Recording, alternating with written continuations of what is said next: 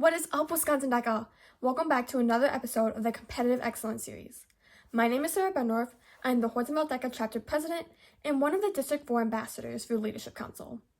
Today, I am super excited to share with you some tips about utilizing time to the best of your ability, especially in series projects, both before and during competition. Before we get started, here is my contact information if you would like to follow up on my tips or just want to chat. To begin, let's start with the weeks leading up to competition. As you begin preparing for competition, it is crucial that you take practice tests and go through various practice role plays in order to ensure that you know what is to come. Even more important than just going through these materials, it is crucial that you complete these activities within the correct time limits, so you know exactly how long it takes for you to complete each task. Depending on what category you're in, either team or individual, your role play prep time, presentation time, and tests may differ. You can see these differences in this table right here. Make sure to start preparing for your competition weeks in advance, so you can spread out your studying and use your time effectively. Once you enter that competition room full of nerves with ideas bursting out of your brain, it is important to keep track of time. During the course of competition, it is very easy to get hyper-focused on a certain element of your roleplay that you neglect other parts of it. In order to help with this, we are going to walk through a few steps that you can take to make sure that you use your time effectively during your roleplay prep time. The first of these is to buy a watch. Smartwatches aren't allowed in the competition room, but using a watch off your parents' dresser or buying one for $5 from Walmart can be incredibly beneficial to help you track your time and understand how much time you have left. Next, as with every roleplay you do, remember those performance indicators. Those are what you're being judged on, and if you forget these, you are toast. By writing these down first, you can ensure that you remember these. Even if you don't have time to brainstorm all your ideas during your prep time, they are still accessible for you to use during your presentation time so you can make something up on the spot.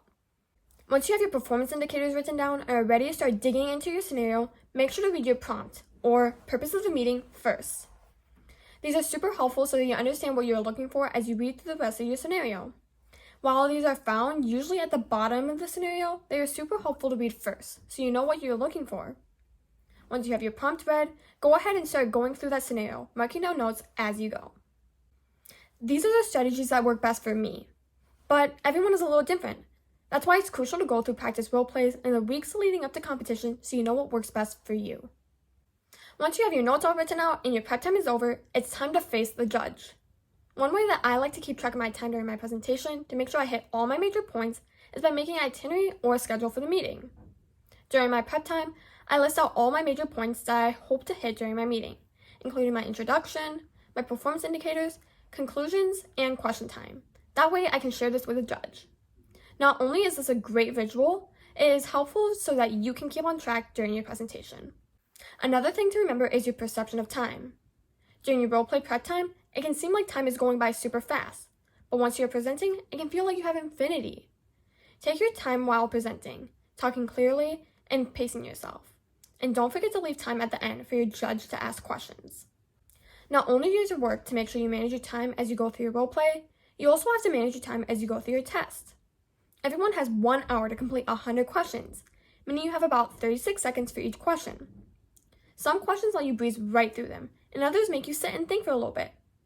It's important to remember to use all your classic test-taking strategies as you go through this test, including process of elimination, skipping if you're confused, or simply guessing.